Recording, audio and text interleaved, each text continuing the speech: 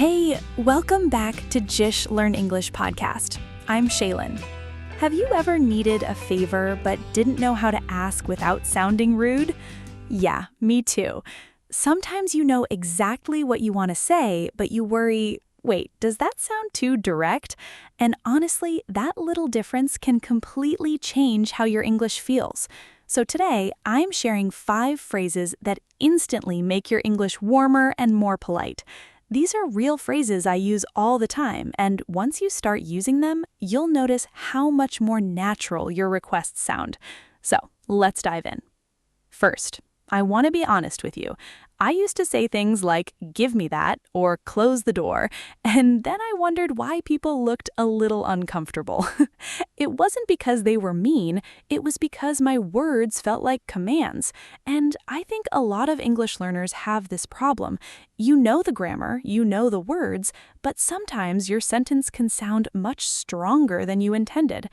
The good news is, the fix is actually very simple. We add soft words that turn commands into requests.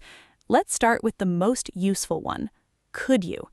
Instead of saying, help me, say, could you help me please? See the difference? That one word, could, changes everything. It sounds like a question, not an order. Try it with me. Could you pass the salt? Nice.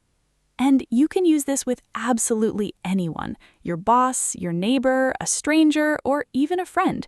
It's simple, natural, and one of the safest ways to make a request politely.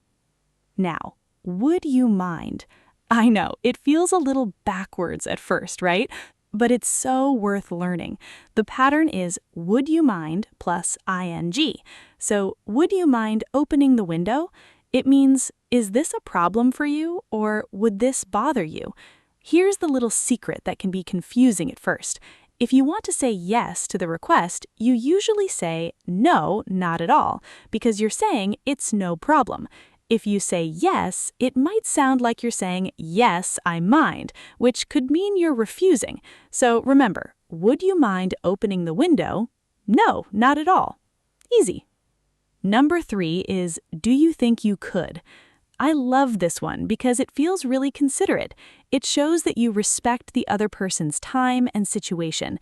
It's almost like saying, I know you're busy, but maybe you can help. For example, do you think you could look at this report for me? That sounds so much kinder than simply saying, look at this. Or if you need help moving, you could say, do you think you could give me a hand on Saturday? It gives the other person room to say no without feeling guilty, and sometimes that little bit of space makes a request feel much more comfortable. Number 4 is my personal favorite. I was wondering if you could. It feels very soft and natural. Instead of saying, can I borrow your car, you could say, I was wondering if you could lend me your car this weekend.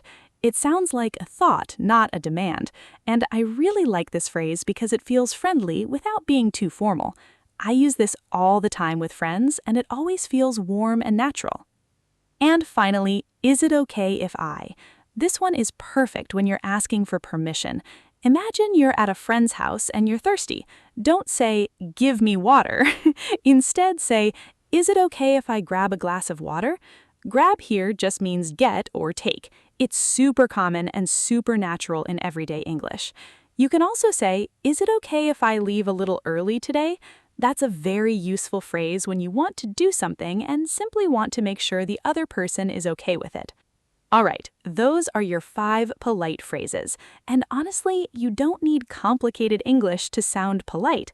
Sometimes just changing a few words can make a huge difference. So next time you need a favor, try softening your request with could you, would you mind, do you think you could, I was wondering if you could, or is it okay if I? Now, I want you to try one yourself. What's one polite request you'll use this week? Write it in the comments. I read every single one, and I'd love to see what you come up with. And if this lesson helped you, please like the video and subscribe to JISH Learn English Podcast for more real, useful English you can actually use in everyday life. I'm Shaylin. Thanks for spending a little time with me today. Keep practicing, keep speaking, and I'll see you next time. Bye-bye.